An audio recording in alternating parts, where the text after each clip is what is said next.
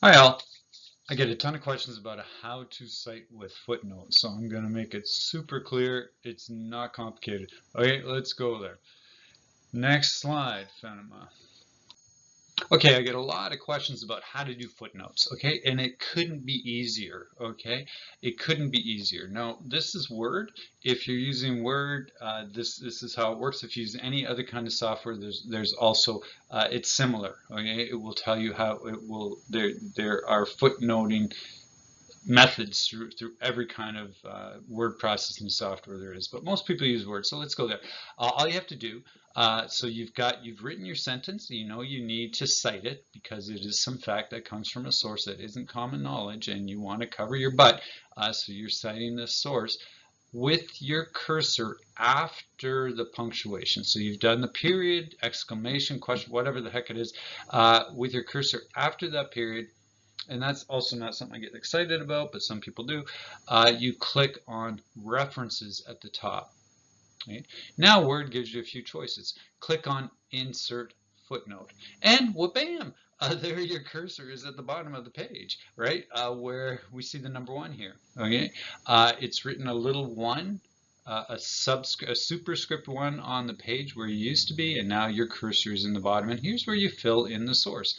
And now you're just following the rules of any style guide that you found. And the most helpful one I know of is the UVic History Department style guide. Very simple, very basic, very user-friendly, even has samples for you to go with. But every Ivy League school has, will give you Chicago style footnoting. That's what this is. It's Chicago style footnoting, not parenthetical, right? Not brackets on the page. You don't have to do anything else. You just fill your source in here.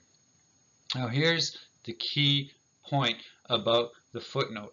Look what the buddy has given me here. He's given me the name, the title, and the journal that this article came out of. That's key, and the year.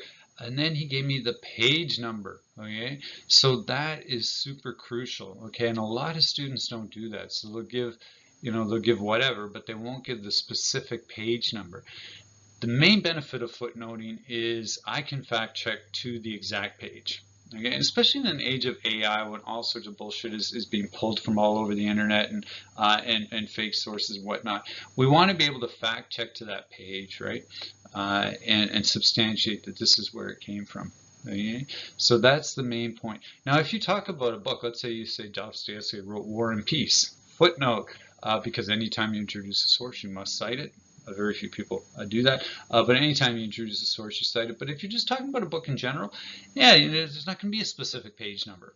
Okay, so you won't have that. Okay, so yeah, it's when you cite a specific fact from a specific page in your source that we need to see that page number. Okay. And the only other rule about footnoting is the same as any other style. Do it often, okay? Cite any fact that isn't common knowledge that comes from a source. And that's the same regardless of style. Okay, so this is not specific to footnoting. Okay? Cite every fact that comes from a source that is not common knowledge.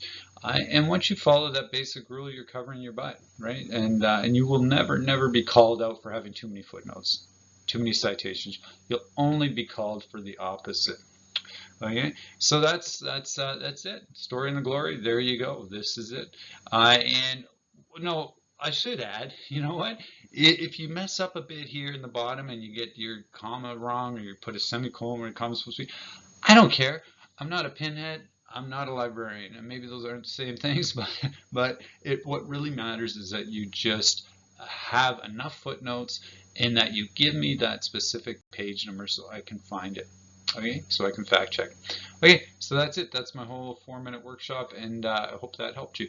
All right, always cheering you on, and hopefully things work well for you. And if you have any questions, 100% let me know.